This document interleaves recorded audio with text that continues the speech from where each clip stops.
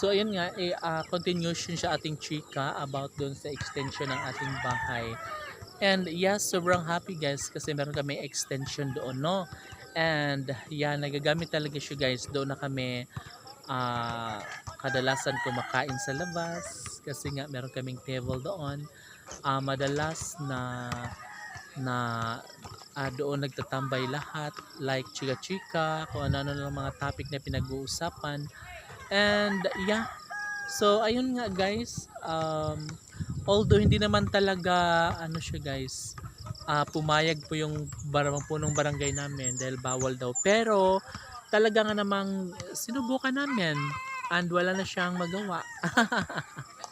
Bitaw, sabi kasi doon guys sa namumuno ng LGU guys ng Baybay is pwede namang mag-extension ah dyan sa may bahay namin at tinatawag na ang tawag sa bahay namin Lord kuan siya sa aming tinitirhan dahil ano pa lang naman yan guys, hindi pa siya permanent ba ang tawag nun? Kasalungat ng permanent is temporary. Ayun, temporary housing pa naman siya. No, kasi di ba nakita nyo guys yung permanent housing, yung semento, yung ano na concrete house.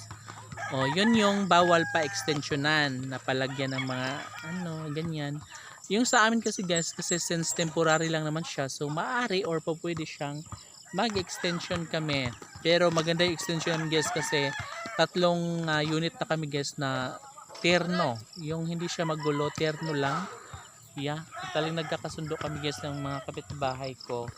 And then, ayun, sobrang ganda. At take note guys, doon na kami nagmi-meeting, no? Doon na kami, doon na ginagawa na ng venue yun kapag meron kaming mga seminars, mga meetings, mga workshops, yung mga ganon, eksena, yung mga meeting ng mga senior citizen, mga BHW, 4Ps, and what is this? Yung iba pang mga lokal no na mga nagmi-meeting no kung ano-ano na lang, kaya sobrang thankful at talagang very useful talaga ang paggawa namin ng extension doon sa aming harap ng bahay.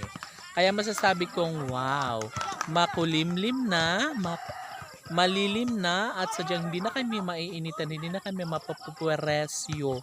No, kahit umuulan guys, nakatambay kami sa labas kasi alam niyo naman na talagang may extension na, no? Unlike sa wala, ay talagang sa loob ka lang talaga ng bahay, guys. Talagang manatili ka doon sa loob and syempre, lagi ka doon sa loob ng ano, sa loob ng bahay, umuulan or umaaraw, no? Sobrang mahirap. And syempre, guys, yeah, talagang sadyang napaka thankful kasi yun nga, meron kaming extension na nagbibigay sa amin ng katiwasayan, nagiging komportable, ganun. Syempre, bongga.